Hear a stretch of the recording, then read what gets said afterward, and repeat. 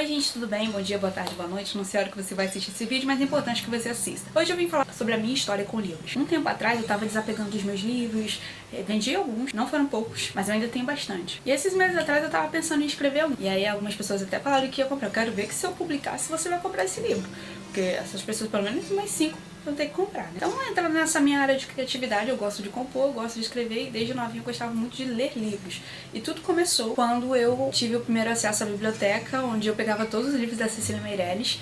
E foi onde eu me peguei a um poema, que eu não gosto que ninguém me chame de miga por causa do poema do Eco. E aí ela diz: eu não sei se o Eco é meu amigo ou inimigo, porque quando eu grito pra ele, ele só responde migo, migo. Desde a minha infância eu gostava muito de escrever, escrevia diário, quando eu me sentia mal eu escrevia, amassava e molhava esse papel para que meu sentimento fosse embora. Em toda a minha adolescência eu tive blogs, então eu escrevia meus pensamentos, algumas pessoas liam, algumas pessoas me admiravam. Eu passava muito tempo na biblioteca, desde quando eu comecei a ter esse acesso. Quando eu mudei de escola, fui para um colégio estadual, eu passava todo o meu recreio, todo o tempo vago que eu passava na biblioteca, olhando os livros, vendo as capas diferentes, vendo as escritas diferentes. Aí teve uma época que eu peguei um livro que eu não terminei, do Machado de Assis, que ele conversava com a gente.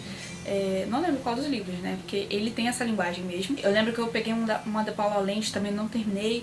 E um livro que eu quero muito ter pra eu terminar essa leitura, porque ele é muito grande, Pobre Nação, de Robert Fisk. Só que eu ainda não achei pra comprar. Ele hoje em dia é uma edição rara, são relatos de um jornalista sobre aquela parte ali da Palestina.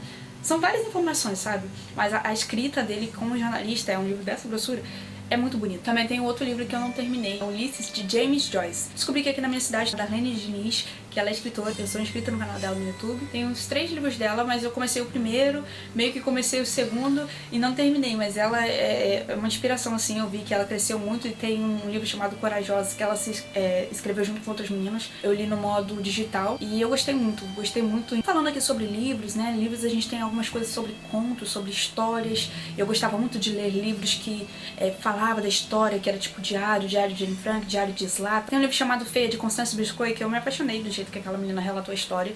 Não é uma história legal, não é uma história feliz, mas eu gostei do jeito da escrita e eu gosto desse tipo de relato de meio que, tipo assim, experiência. Você tenta pensar um pouco, né, como que era essa pessoa, como que era aquela realidade. E quando a gente entra no período de guerra mundial na escola, a gente é aconselhado a pelo menos ler, né, ou assistir Diário de Anne Frank. Aí desses eu descobri outros diários. Quero pegar o gancho e falar sobre ser uma pessoa sonhadora. Eu vou ler aqui pra vocês uma reflexão sobre ser aquela pessoa sonhadora. Eu estava refletindo sobre a história de José, e todos sabem que ele era alguém que sonhava muito e contava aos seus irmãos. E quando ele contava, dava a impressão que ele queria ser o maior e queria se exibir para os seus irmãos. Lendo a história, sabemos que ele cresceu.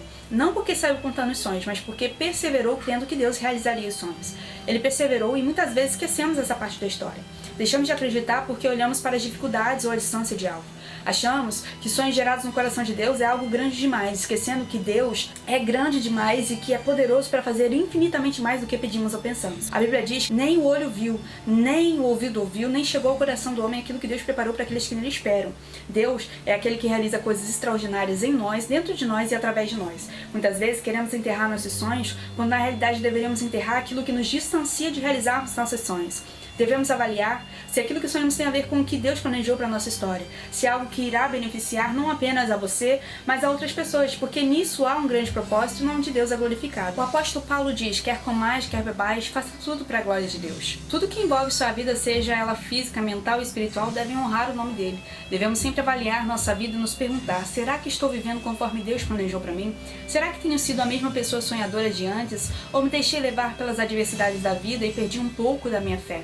Será que tem confiado naquilo que Deus preparou para mim? Peço a Deus para que nesse dia você possa refletir sobre isso e voltar a sonhar os sonhos de Deus. Que você se torne alguém com o coração de criança, que não vê as impossibilidades, apenas crê. Que você viva a vontade de Deus. As dificuldades servem para nos aproximar dele, também para nos aperfeiçoarmos nele. Porque se não reconhecermos que existem falhas em nós, não teremos o porquê avançar.